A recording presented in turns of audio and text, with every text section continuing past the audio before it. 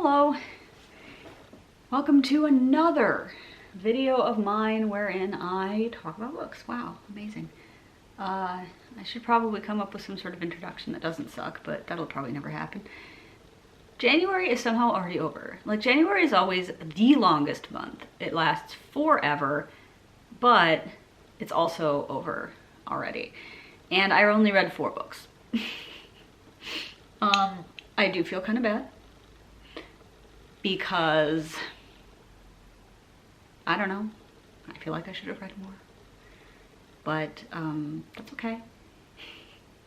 Doesn't really matter. They were good books though. So why don't we start with, how should we do this? Let's start with my only audiobook for the month, which was Dirt Creek by Haley Scrivener. For some reason, so far this year, I have really just been reading newish books. And for me, that's kind of strange. So, Dirt Creek is literally from 2022. Like, they're all from within the last 10 years, and I think that's weird. But anyway, Dirt Creek. Okay, so this is a murder mystery, and it takes place in Australia. There's, I'm longing for another Jane Harper book. Apparently there is one. I just can't get it right now. There's no audiobook on my Libby yet. I don't know if that's because the book technically hasn't come out yet. It might not have. I don't know, whatever. I'm really impatient. So I decided to listen to Dirt Creek to tide me over, which is stupid because the only thing they have in common is being murder mystery set in Australia. But okay, it was fine. It's basically about this small town somewhere in Australia. I'm not familiar with anything, so I think they were saying the closest larger town was Rhodes, if that's a real place. And the thing that happens is this little girl goes missing, and so the big city cops come in, and they're like cops for looking for missing children. So they come in and they're looking for her. We follow a number of different perspectives. Weirdly, some of them are in first person and some are in third, and I was like, why is this? There's also these interjections throughout the book from we, who is almost like the collective children, or maybe the collective people, unclear, of this small town, which is kind of an interesting idea. It was yeah, but it was fine. It was just okay, this little girl is missing and they're trying to find her, and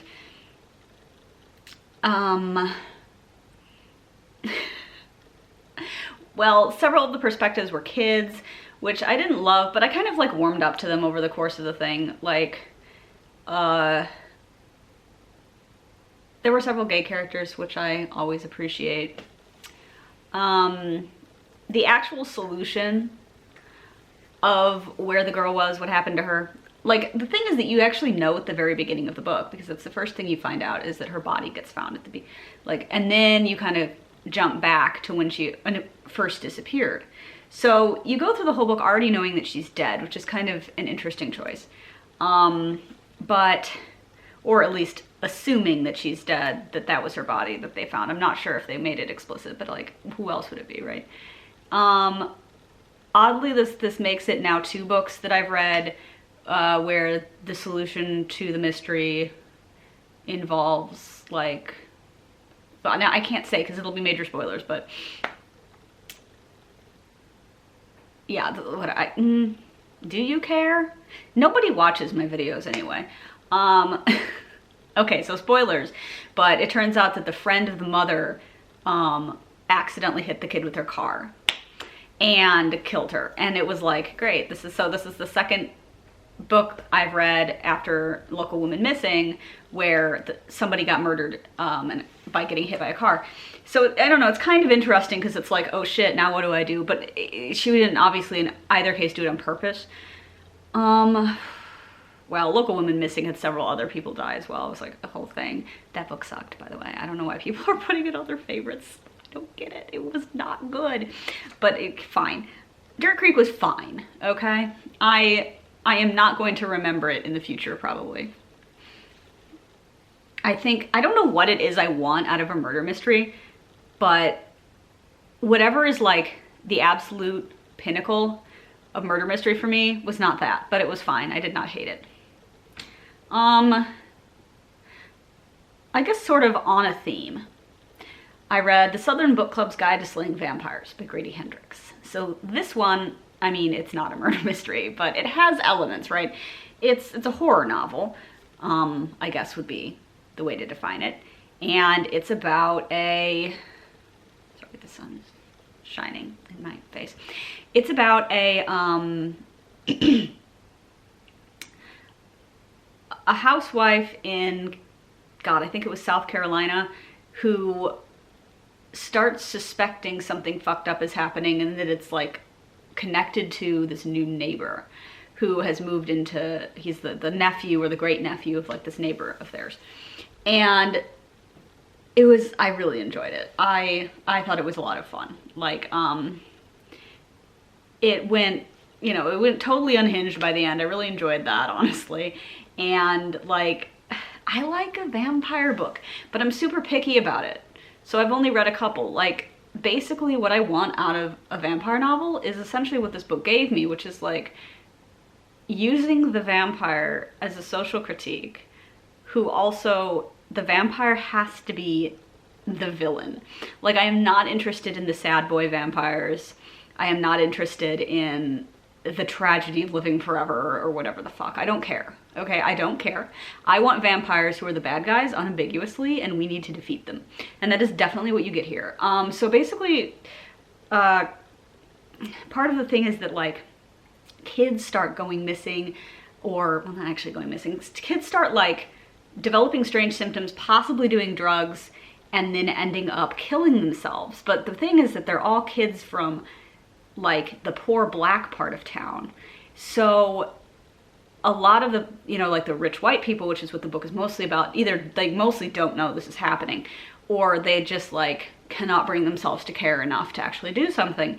Our protagonist finally gets to the point where she's trying to do something, and like nobody's backing her up. It really, really sucks to read. And like, it's also just interesting because in the kind of the introduction, Grady Hendrix said that he wanted to take his mother essentially and have her fight a vampire. And I think that's really interesting. So like, it is a very specific kind of like rich family white woman. I don't even want to say she's rich, because these women don't control like the source of their income. They are entirely dependent upon their husbands. But, you know, these white women who live in like these nice houses and have this certain particular kind of life, and they have a book club where they read books about like serial killers and stuff. They read true crime. And, I don't know, there's just a lot going on in this book, and I really enjoyed it, and it was unhinged, and I kept forgetting that the vampire character was blonde. I don't know why, but like, I just kept, because they said it like twice, but when they, the second time, toward the very end, when they're actually like in the climax, when they bring this up again, I was like, oh fuck, right. Also, there's like a lot of gross stuff in this, which I really enjoyed. Like, yeah, so that's what I'll say about that, but like, excellent. And how about, let's talk about the other book I really, really loved from this month that was fiction, and that was Harrow the Ninth by Tamsin Muir. So, sorry, Tamsin Muir. Yeah, this is the sequel to Gideon the Ninth, and it is appropriately unhinged. There's a lot of necromantic bullshit. There's also just, as you go through the book, you're like, wait, what the fuck is happening? Because she's having, there's these like flashback scenes where we're like seeing Harrow, this whole thing's from Harrow's perspective instead of Gideon's, right? So like the present day timeline, she is becoming a lictor, like she did at the end of the previous book. And she's interacting with like those characters. So it's like a whole different thing that they've got going on. But then in the flashback chapters, you're seeing her perspective on the stuff that happened in book one, except there's a key difference. And of course you're reading it like, wait, what the fuck? What is going on?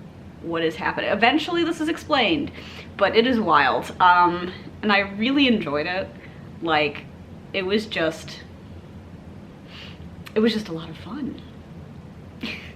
You know, it was fun. It was like creepy, and there were a lot of ghosts and, you know, death and everything, and just kind of more information about Harrow as a person. She is such a mess, such a disaster, and I fully adore this series. I really do. And give me a couple more months and I'll get to Nona. I think there's supposed to be a 4th book, Harrow the Ninth, and I think maybe that'll be it. I don't know that much about it. Like, I don't know book news, but I would prefer not to have a huge gap in between my reading Nona and Harrow, but I'm probably not going to be able to wait, so it'll probably just happen anyway. Yeah, so this book is fantastic, and as usual, it ends on a note where you're like, wait, what the fuck? So I have the sinking feeling that things are not going to be adequately explained in the next book, but like, we'll get there. Everything is fully and absolutely wild, and I am living.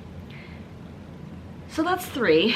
My 4th book is the nonfiction that I read at the beginning of the year. So I read Going Clear by Lawrence White. Why can't I pronounce anyone's name? Lawrence Wright. Right, there's an R in there. Yeah, so I got this one for Christmas, and I don't know, my sister has it right now, so I'm not gonna hold it up. But she got it for me for Christmas, and now she's reading it. It is about Scientology. If you are at all the sort of person who's like read about or listened to podcasts about or whatever Scientology, then you've probably heard of this book. It is like the classic kind of expose of Scientology as a cult, basically. A lot of it was about, of course, L. Ron Hubbard. It was really interesting to get that story, because most of what I have listened to or watched pertaining to Scientology has explained some of this stuff, but it's never kind of like sat down and gone through a full timeline. So it was really useful to have that. Sorry, there's a tiny bird. And it was also interesting to read all of the stuff about Paul Haggis, because Paul Haggis is fairly famous, right? But like, the reason that they're talking about him in this book is because he just, I think, is a fairly famous person who has left Scientology. But he was like the example in the book of like somebody who got into it and like, you know, eventually got out of it. So we were following kind of like his journey as well, just as this example. Really interesting stuff. It's a fucking mess. And I would definitely recommend it if that's the kind of thing that interests you. So those 4 books are it. That's it, baby. I'm a little disappointed that that was all I read, but they were good books, and I figure, like, you know, I like reading books that have a little bit of heft to them. So can't really fault me there. And I have plenty of stuff that I will be reading in February and talking about. I have already finished a book. I'm not going to tell you what it is, but I was reading something at the end of January and just really hoping I'd finish it in time, but I didn't. So you'll hear about that next month. But I am, yeah, so I'm sad it was only 4 books, but that's okay. Like, genuinely, it doesn't really matter, right? Like, the whole point is to have a good time, to learn something, to, you know, check things off my list or whatever, and I definitely did that. So it was successful in that sense. They were, I mean, Dirt Creek was like just fine, but the other 3 I thought were all very good books, and glad I read them. I'm gonna see y'all next month, and have a good reading month. Have fun out there.